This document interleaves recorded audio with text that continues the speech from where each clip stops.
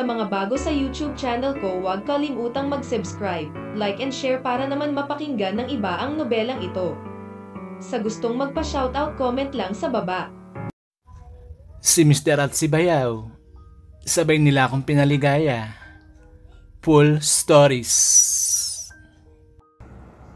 Ako si Jennifer, 30 years old, laki sa hirap, at aaminin ko, ayaw ko ng ganong buhay. Kaya naman, gumawa talaga ako ng paraan para ako at ang aking pamilya ay makaangat sa buhay. Kaya naman, naghanap talaga ako ng lalaking mayaman. Ngunit, dahil sa di naman ako kagandahan, ay napunta ako sa isang lalaki na matanda. Nasa 70 na ang edad niya. Byudo siya at mayaman. Kaya naman kahit siya ay matanda na at kulubot na, ay pinatulan ko na din siya. Kasi ang gusto ko naman talaga ay yung mayaman. Bonus na lang yung kasing edad ko at gwapo. Ngunit, isang araw, pagdatapuan ka nga naman ng swerte, ay di lang isang lalaki ang mabibingwit ko na mayaman, kundi dalawa pa sila. At ito ang kapatid ng aking mister. Siya ang aking bayaw at siya ay may asawa naman. At nasa 65 na ang edad niya. Ilalahad ko po sa inyo kung paano ako napaligaya ni mister at ng bayaw ko. Sana po makinig kayo at sana maibigan nyo ang istorya ng aking buhay. Isang araw, mga bandang 8 ng umaga, nagluluto at naghahanda ako ng almusal naming mag-asawa. Bigla na lang may nag-doorbell sa gate namin. Kaya dahil doon, ay agad naman nilabas ng asawa ko yon para tingnan kung sino ba yung nag-doorbell na yon. At maya-maya lang ay andyan ang asawa ko at may kasama siyang isang lalaki na may edad na din at ito ay kamukha niya.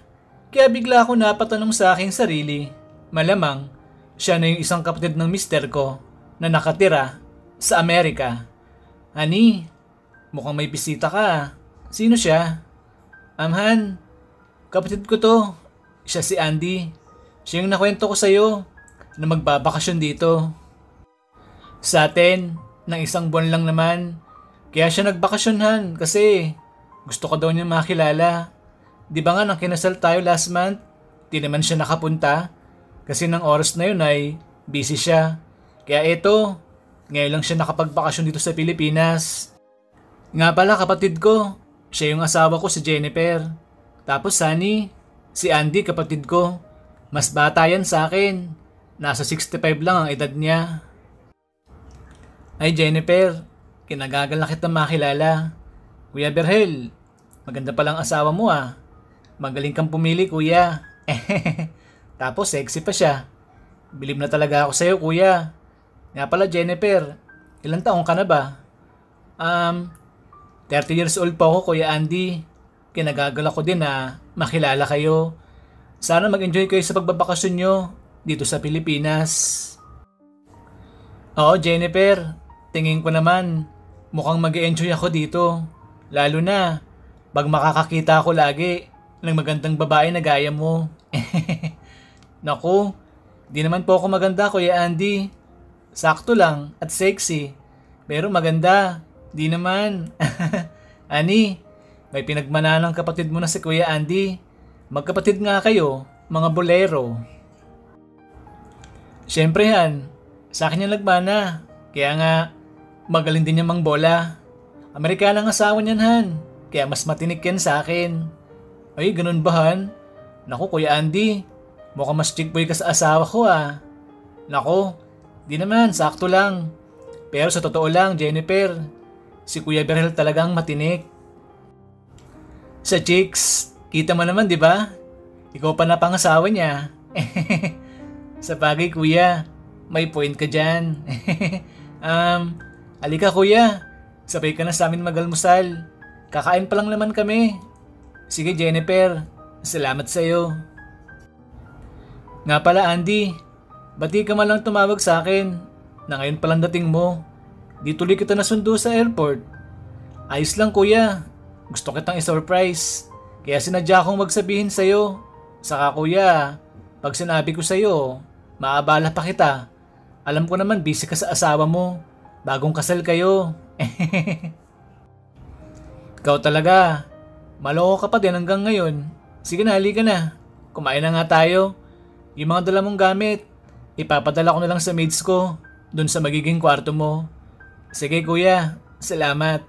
Nga pala mamaya, pagkatapos natin kumain, may mga pasalubong ako para sa inyo. Tiyak ako, matutuwa kayong mag-asawa. Sige Andy, salamat sa'yo. Sige kain na, alam ko, gutom ka na. Ang layo pa ng biniyahe mo. Oo nga kuya, malayo talaga. Kaya gutom na din talaga ako. At pagkatapos namin mag-usap nun, ay kumain na nga kami ng agahan. At habang kami ay kumakain, ay napapasulyap. Sa akin, ang gurang kong bayaw. Ako naman, ay nginingitian ko na lang siya. Pag nagtatama ang aming mga paningin sa isa't isa, ginawa ko yun para ipakita sa kanya na di ako suplada. Kasi, yun din ang unang beses na magkita kami at magkakilala. Kaya dapat, pakitaan ko talaga siya ng maganda at maayos. Kasi, bayaw ko nga siya. At ang matapos na kaming kumain ng agahan nun, ay agad kaming niyaya ng bayaw kong gurang na pumunta sa kwarto kung nasa ng kanyang mga bagahe. Kasi, ibibigay niya nga daw sa amin yung mga pasalubong niya. At ang ando na kami, ay agad niyang binigay sa akin yung mga mamahaling pabango, lotion, makeup, chocolates, at kung ano-ano pa. At sa asawa ko naman ang binigay niya ay mga mamahaling alak at sigarilyo. Kaya dahil dun, ay natuwa naman kami ng aking asawa kasi iba pa din talaga pagbigay sa'yo at galing ibang bansa, mabango at amoy imported. Andy, kapatid ko, salamat sa mga binigay mo sa amin ng asawa ko ha. Ang dami nito at alam kong mamahalin ng mga to. Wala yun kuya, pero salamat pa din at nagustuhan nyo ang mga bigay ko sa inyong dalawa. Alam ko naman, kayang-kaya nyo bumili ng mga yan. Sisiw lang sa'yo lahat yan Kuya Berhel. Milyonaryo eh. Loko-loko ka talaga. Siyempre nagustuhan namin to ng asawa ko. Di ba Han? Oo nga po Kuya Andy. Iba pa din kasi pagbigay mo. Tapos, galing pang ibang bansa, mabango at amoy Amerika. Oo nga Andy, iba pa din pagbigay ng taong mahal mo, ng kapatid mo o kamag-anak mo. Kaya mas nakaka-excite pa din. Kaya salamat talaga ha. Sige kuya, wala yun. Nga pala kuya at Jennifer, mamaya na lang tayong magkwentuhan ha. Matutulog muna ako. Napagod ako. Ang layo kasi ng biyahe ko. Tapos ito, nahihilo pa ako. May jet lag pa ako. Iba na talaga pag tumatanda na. Madali nang mapagod. Sige Andy, magpahinga ka na muna at matulog. Mamaya na tayo magkwentuhan. Oo nga kuya, magpahinga ka na muna. Ipapatawag na lang kita mamaya. Pagkakain na tayo ng tanghalian. Sige kuya at Jennifer, salamat sa inyo ha. At pagkatapos nun, ay natulog at nagpahinga na nga muna ang gurang kong bayaw na si Andy. Kami naman ng asawa ko ay abala sa pagtingin sa mga binigay niya sa amin ng mga pasalubong galing Amerika. Honey, ang daming binigay sa atin ng kapatid mo ah. Ang bait niya naman pala at mukhang galante pa siya. Oo honey, mabait talaga yan si Andy. At tama ka, galante nga yan. At talagang kung gumastos yan, walang kontrol. Kaya swerte ng asawa niya sa kanya at maging ang mga anak nila. Wow, talaga ba honey? Han, sino mas mayaman sa inyong dalawa ni Andy? Ikaw ba o siya? Wala Han, natanong ko lang naman. Tingin ko Han, mas mayaman si Andy sa akin. Nang onti lang naman, pero mas lamang ako sa kanya. Alam mo kung bakit Han? Bakit naman Han? Kasi ako, may asawang maganda at fresh pa. Si Andy kasi, may edad ng asawa niya, gaya namin. Ngex, ganun ba Han? Ikaw talaga, ang dami mong alam dyan. Pero Han, may tama ka sa bagay na yan. Saka Han, mas pogi ka kaysa kay Andy. Tapos napapaligayan mo pa ako ng madalas. Kaya Han, masaya ako sa iyo. At yun ang totoo. Talaga ba Han? Baka naman joke lang yan ha. Baka mamaya, di ka masaya sa akin. Baka sinasabi mo lang yan kasi kaharap mo ako ngayon. Totoo yun Han, at hindi yun joke, okay? Kaya sana, maniwala ka sa akin ha. Natutuwa talaga ako sa'yo, lalo na pag ako'y pinapaligaya mo. Okay sige Han, naniniwala na ako sa'yo kasi mukhang nagsasabi ka naman ng totoo sa akin. Sige Han, salamat. Love you po. Sige Han, love you too. At pagkatapos nun, ay nagyakapan kami ng aking asawa. Aaminin ko ng una, ay parang nandidiri ako sa aking asawa. Kasi nga, may edad na siya at siya ay kulubot na. Ngunit dahil sa araw-araw ko na siyang kasama at kami ay kasal na, ay natutunan ko na din siyang mahalin at hindi na ako nawawalan ng gana na siya ay aking kasama at katabi sa kama na matulog. Tiniis ko na lang yung mga aking naranasan kasi nga gusto ko ng maayos na buhay at isa pa, napapaligaya niya pa din naman ako. Kaya ayos na din sa akin na siya ang inasawa ko at pinakasalan, mayaman at nakaraos kami sa buhay ng aking pamilya. Kasi maging ang pamilya ko ay naambunan ng biyaya ng aking asawa na si Berhel. At pagsapit ng tanghalian ay naghanda na ako ng masarap na ulam kasi yun ang sinabi ng aking asawa. Kasi nga maya-maya lang ay maghahanap na ng pagkain ang bayaw ko na si Andy. Kaya dapat lang na masarap na pagkain talaga ang iluto ko ngayon. At nang makapagluto na ako ng masarap na ulam para sa tanghalian ay agad ko nang ginising ang bayaw ko. Kuya Andy, kakain na po tayo ng tanghalian. Labas ka na po dyan sa kwarto mo. Alam ko po, gutom ka na. Walang sumasagot, kahit anong tawag at katukos sa pintuan ng kanyang kwarto. Kaya naman nagpa siya akong pumasok sa loob. Buti na lang ng oras na yon ay nakabukas yung pintuan at ang nasa loob na ako ay dahan-dahan akong lumapit sa kama kung saan nakahiga ang bayaw kong gurang. At pagtingin ko sa kanya ay nakapikit ito, kaya malamang ay tulog pa siya. Kaya naman nagpa siya na akong gisingin siya. Hinawakan ko siya sa kanyang braso at saka ko siya ginising. Kuya Andy, gising na po. Kakain na po tayo ng tanghalian. Pinapatawag ka na din ni Berhel. At maya-maya lang ay dahan-dahan ang dumilat ang mga mata niya. Tiningnan niya ako at saka siyang umiti at saka na siya nagsalita. Oh, ikaw pala yan Jennifer. Anong ginagawa mo dito sa kwarto ko? Kuya Andy, kakain na daw po tayo ng tanghalian. Hinihintay ka na din ni Berhel sa baba. Ganun ba?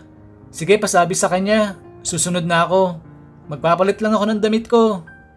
Sige Kuya Andy, sasabihin ko na lang. Sige, aalis na ako. Wait ko na lang po namin sa ibaba. Okay, sige Jennifer. At nang palabas na sana ako ng kwarto ng bayaw kong gurang, ay bigla niya na lang hinawakan ng isa kong kamay at saka niya sinabi sa akin ang salitang to. Teka Jennifer, baka pwede. Dito ka na muna saglit. Magpapamasahe lang ako sa'yo. Ang ganda-ganda mo naman at ang bango-bango mo pa. Ang swerte naman sa'yo ni Kuya Berhel kasi ikaw ang bago niyang asawa. Sexy na at mabait pa. At habang sinasabi niya sa akin ang mga salitang yon, ay nagawa niya din mahalikan ang isa kong kamay. Nang oras na yon ay di ako nakagalaw. Natulala lang ako sa ginawa na yun ng aking bayaw at maya-maya lang ay napatakbo na ako palabas ng kanyang kwarto. Kasi nga, nagulat ako at di ko inasahan na ganun palang gagawin ng bayaw kong gurang na yun na bigla niya na lang halikan ang aking magandang kamay. At ang makalabas na ako ng kwarto niya ay nakahinga na ako na maayos. Ngunit, andun pa din ang aking kaba ng oras na yon. At pagkatapos nun, ay kinalama ko muna ang aking sarili. At nang alam kong kalmado na ako, ay nagpasya na akong bumalik sa lokasyon ng aking asawa. Han, ba't parang natagalan ka ata sa pagtawag kay Andy? Ano kasi? Ang tagal gumising ng kapatid mo. Nakailang katok ako. bago siya nagising. Mukhang napagod ata sa biyahe niya. Papunta dito. Ayun, nagising naman. Kaso matagal nga lang. Susunod na daw siya, sabi niya. Wait na lang natin, Han. Ay, ganun ba, Han? Oo nga pala. Di ko nasabi sa'yo. Tulog mantika pala yan si Andy. Kaya mahirap talaga siyang gisingin. Pero hayaan mo na. Ang mahalaga nagising mo siya. Wait na lang natin siya bago tayo kumain. Sige Han, walang problema. Wait na lang natin ang kapatid mo. At pagkalipas ng ilang sandali, ay dumating ng bayaw kong gurang na si Andy. At nang makita ko siya, ay kinabahan ako agad. Kasi nga, dahil sa ginawa niyang paghawak at paghalik sa kamay ko. Pasyensya na kayo kuya at Jennifer kung natagalan ako ha. Inaantok pa kasi ako at napagod talaga ako sa biyahe ko. Iba talaga pag matanda na, mabilis lang mapagod. Ayos lang yan Andy, matanda na tayo, kaya mabilis talaga tayo mapagod. Sige, halika na, kumain na tayo. Si Jennifer pala nagluto niyan, kaya sure ako, masarap yan. Ay, ganun ba kuya? Sige, kain na tayo. Nang matikman kong luto niya ni Jennifer. At pagkatapos nun, ay kumain na nga kami. At habang kumakain kami, ay nakatingin sa akin ang bayaw kong si Andy. Ako naman, ay di ko siya tinitingnan at pinapansin. Kasi nga, may pagkapilyo pala ang bayaw kong gurang na to. Biro mo, matanda na ay maloko pa din. At pagkalipas ng ilang sandali, ay natapos na kaming kumain. Kuya, tama ka. Masarap nga magluto si Jennifer. Panalo kuya, nabusog ako. Maswerte ka talaga kuya sa asawa mo. Kaya dapat kuya, alagaan mo siya at mahalin ha. O naman Andy, mahal kong asawa ko na yan. At talagang alaga sa akin yan. Di ba Han? Oo Han. Inaalagaan mo naman ako na maayos. Kaya maswerte din ako sa'yo. Kaya Han, salamat ha. Kasi lahat ng kailangan ko at gusto ko na ibibigay mo sa akin. Love you Han. Sige Han, love you too. Wala yun Han. Basta kaya kong ibigay sa'yo. Ibibigay ko, okay? Wow, ang sweet na naman mag-asawa. Sana all, sweet ang asawa. Sige na kuya. Doon muna ako sa sala ha. Magbabasa lang ako ng dyaryo doon o magazine. Sige Andy, bahala ka na dyan. Gawin mong gusto mo. Nga pala Han, pasok muna ako sa kwarto natin ha. May gagawin lang ako. Pasyensya ka na Han. Ikaw muna gagawa ng mga gawaing bahay ngayon. Alam mo naman, di ba? Day off ng kasambahay natin ngayon. Okay lang yun, Han. Kaya ko naman gawin ng mga to. Kaya huwag ka na mag-alala dyan, ha? Sige, Han. Salamat naman kung ganun. Sige, Han. Bahala ka na dyan, ha? Doon muna ako sa kwarto natin, okay? Okay, sige, Han. Ako nang bahala dito. Gawin mo muna yung dapat mong gawin. At pagkaalis ng asawa ko na si Berhel, ay agad ko nang ginawa yung mga dapat kong gawin. Inuna ko yung pagliligpit sa mga plato. At ang maayos ko na to, ay agad ko na itong hinugasan. At habang ako'y naghuhugas ng mga plato, ay bigla na lang akong nagulat nang may biglang yumakap sa akin. Kaya dahil dun, ay munti ko na mabitawan yung mga plato na hawak ko. Kasi nga, nagulat ako ng oras na yon. Kala ko nang una ay ang asawa ko na si Berhel. Kaya naman, hinayaan ko na lang na yakapin niya ako. Oh Han, kala ko ba may gagawin ka ha? Ba't andito ka pa ngayon? Pagkasabi ko nun, ay nagtaka ako. Kasi nga, di siya sumagot. Kaya dahil dun, ay agad akong lumingon. Paglingon ko, ay ang bayaw ko pala yun na si Kuya Andy. Kaya dahil dun, ay gulat na gulat talaga ako. Kaya napahinto ako sa paghuhugas ng plato at saka ako nagsalita. Kuya Andy, ba't mo ako niyakap? Baka pwede. Bitawan mo na ako. Baka biglang sumulpot ang kuya mo dyan. Ang taray mo naman, Jennifer. Magpapasalamat lang naman ako sa'yo. Kaya niyakap kita ng ganito. Magpapasalamat ako sa'yo kasi ang sarap ng niluto mong pagkain kanina para sa akin. Sana Jennifer, ganon. Lagi ka sarap ha. Mahilig kasi ako sa masarap na pagkain. Tapos, kasing ganda mo pang magluluto. Ayos yun. Jennifer, ang bango mo naman talaga. Nang sabihin yun sa akin ng bayaw kong gurang, ay di ako nakagalaw. Nakatingin lang ako sa kanya, habang ako ay yakap-yakap niya pa. At maya-maya lang, habang ako ay yakap-yakap niya pa, ay may binulong siya sa akin na parang nagustuhan ko naman ang oras na yon. At pagkatapos niya mabulong sa akin, ay saka siya muling nagsalita. Jennifer, pag-isipan mo mabuti yung binulong ko sa'yo. Sige, salamat ulit ha. At bago siya umalis at kumalas sa yakap sa akin, ay bigla niya na lang ako hinalikan muli sa aking kamay. At saka na siya umalis at ako naman ay di agad nakagalaw mula sa aking pagkakatayo. At pagkalipas ng ilang sandali ay bigla na lang ako napangiti at bigla na lang may tumakbo sa aking isipan na kung anong bagay. At pagkatapos ng tagpong yun ay muli ko nang tinuloy yung paghuhugas ng mga plato. At ang tapos na ako maghugas ng plato ay napadaan ako sa harapan ng bayaw ko. Doon sa may sala at nang magkaharap na kami ay nginitian niya ako at alam ko na naghihintay siya ng sagot doon sa binulong niya sa akin. Ngunit ng oras na yon ay parang gusto ko nang sagutin yung sinabi niya sa akin at yung inoffer niya sa akin kanina kasi alam ko sa aking sarili na makikinabang din ako at ang pamilya ko sa ina-offer niya na yun sa akin. At isa pa, aaminin ko, materialistic girl din kasi ako. Regaluhan mo lang ako ng mga mamahaling gamit ay sasama na ako sa iyo. Wala eh, ganun talaga ako. Kaya anong magagawa ko? Ayaw ko na din kasing maghirap pa o makaranas muli ng hirap. Kasi nasanay na din ako sa marangyang buhay gaya ng natatamasa ko ngayon mula sa aking asawa na si Berhel. At pagkatapos ng ngitian namin na yon ng aking bayaw na gurang ay umalis na din ako at saka na ako pumasok sa kwarto namin ng aking asawa. Oh Han, andyan ka na pala. Tapos ka na ba sa ginagawa mo sa ibaba? Oo Han, tapos na ako. Ikaw, tapos ka na ba sa ginagawa mo ngayon? Hindi pa nga Han eh, kasi yung isang pinautang natin, ayaw magbayad. Patong-patong na yung tubo niya, kaya eto, nalilito na ako sa pagkukompute ko. Bala ko nga puntahan mamaya or bukas na lang siguro. Ano Han, sasamahan mo ko ha? Alam mo naman pag maalis ako, gusto ko, kasama kita palagi. Sige Han, sasamahan kita. Magsabi ka lang kung kailan mo gusto ha.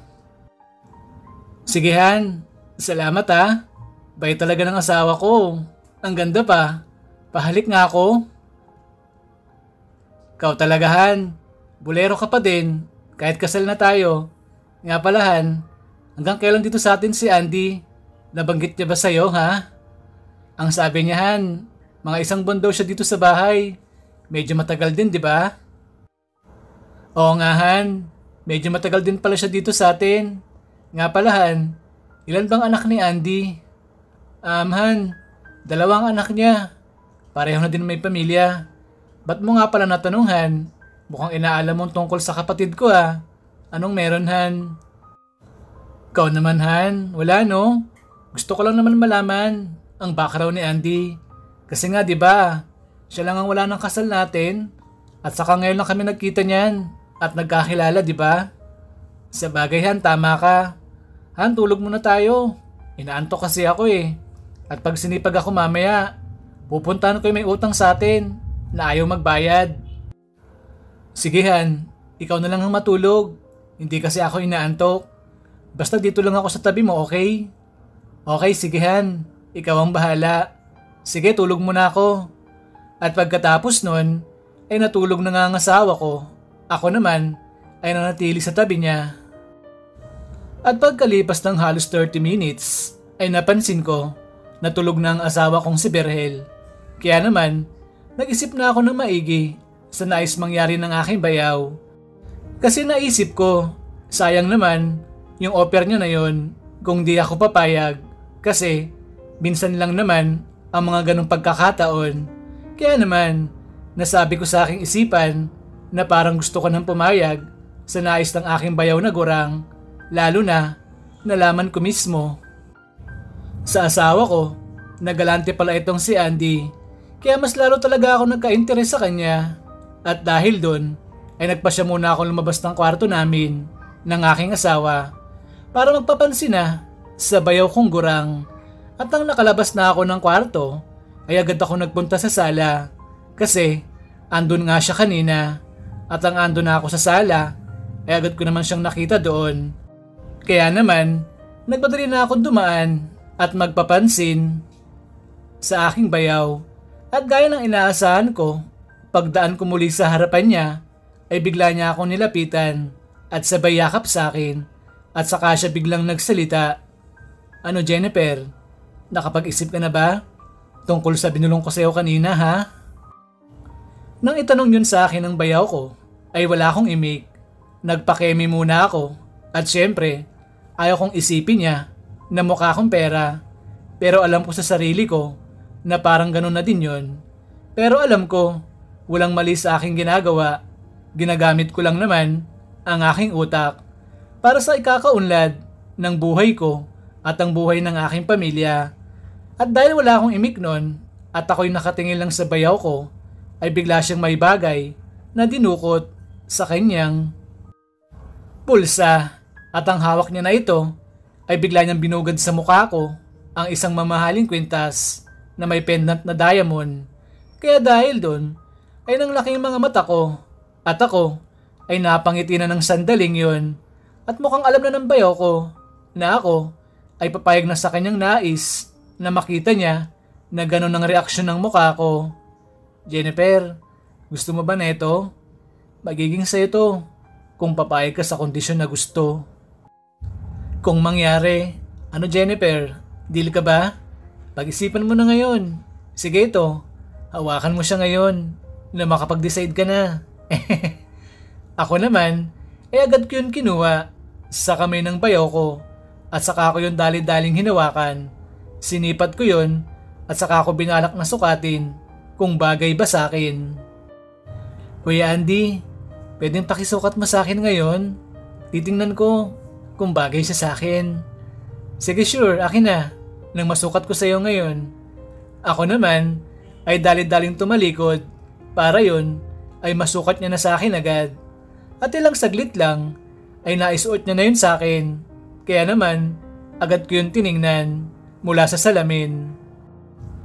At pagtingin ko sa salamin ay nang laki ang aking mga mata kasi napakaganda niya pala at talagang bagay na bagay siya sa akin. Kaya nang sandaling yun ay parang ayaw ko nang alisin yun sa aking liig. Kaya sure ako na gusto ko yun maging akin at nakuha. Kuya Andy, ang ganda naman ng kwintas na to. Parang ayaw ko nang alisin sa liig ko. Ganon ba Jennifer? Pwede naman maging sa'yo yan kung papayag ka dun sa binulong ko sa'yo kanina. At pagkasabi nun sa akin ng bayaw ko, ay di ako nakaimik. Ngumiti lang ako at saka ko na sinabi sa kanya ang sagot ko. At ang madinig niya yung sagot ko sa kanya, ay napangiti siya at saka niya ako niyakap at sabay tuka. Nasa aking labi ng oras na yon ay nakadama din ako ng saya at tuwa kasi may bagong bagay ako na makukuha na galing sa bayaw ko at talagang nagustuhan ko yun. Biro mo, napaligay niya na nga ako, binigyan niya pa ako ng magandang kwintas. Kaya sulit na din ang pagpayag ko sa nais na yun ng bayaw ko na ako ay mapaligaya niya at makasama. At pagkatapos niya akong mapaligaya ng oras na yun, ay todong ngiti ang bayaw kong gurang na si Andy at pakiramdam ko ay talagang nagustuhan niya ako. Kasi nga, sinabi niya sa akin na nais niya pa akong makasama upang muli niya pa akong mapaligaya. Ako naman ay di tumanggi sa sinabi niya na yun sa akin kasi alam ko madami pang ibibigay sa akin si Andy na mga bagay na tiyak ako na magugustuhan ko din naman talaga.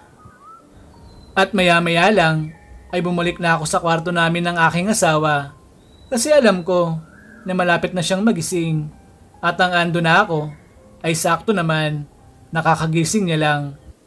At sinabi niya na sa akin na siya ay aalis na at balak niya ng puntahan yung umutang sa amin na ayaw magbayad. Nagdahilan na lang ako sa asawa ko ng oras na yon na ako ay di makakasama sa kanya. Buti na lang ay umobrang dahilan ko na yon, kaya kaming dalawa lang ni Bayaw ang naiwan sa bahay.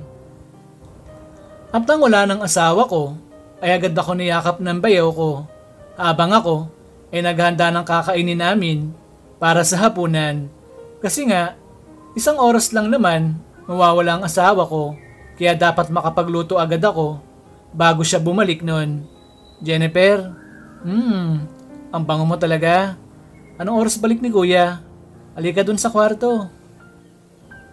May bibigay ako sa'yo. Tiyak ako na magugustuhan mo yon. Halika na, dalian mo. Ano ba yung ibibigay mo sa akin, Kuya Andy? Di ba kanina lang, may binigay ka na sa akin? Meron ulit ngayon? Baka naman mamaya, ma-spoiled ako niyan. Sige ka. Ayos lang yun, Jennifer, kung ma-spoiled kita. Kasi maganda ka naman. Kaya okay lang yun sa akin. At isa pa, napapaligayan mo naman ako. At napapasaya pag magkasama tayo. Halika na dali, para makita mo na yung ibibigay ko sa'yo. Ako naman ay agad sama na sa aking bayaw. Kasi excited din ako makita kung ano bang bagay ang nais niyang ibigay sa akin. At nang andun na kami sa loob ng kwarto niya, ay muli niya akong binigyan ng isang bracelet. Nagustuhan ko yon. Kaya naman gaya kanina, ay muli niya akong napaligaya. Nang oras na yon, ay baka sa mukha ng bayaw ko ang saya niya. Kaya naman, imbis na isang buwan lang, ang bakasyon niya dito sa Pilipinas ay tumagal ng 3 buwan. Kasi nag-enjoy siya. Nakasama ako palagi dito sa bahay. Ewan ko ba, ba't masaya din ako at natutuwa pagkasama ang dalawang gurang na magkapatid na to.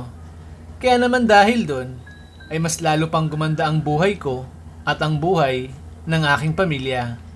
Tawagin man nila ako na mukhang pera, ay wala na akong pakialam doon. Kasi ngayon, utak ang labanan kung gusto mong umasenso. Ngayon kasi, di na uso yung mahal mo lang. Kasi di ka naman nun kayang buhayin at mapakain.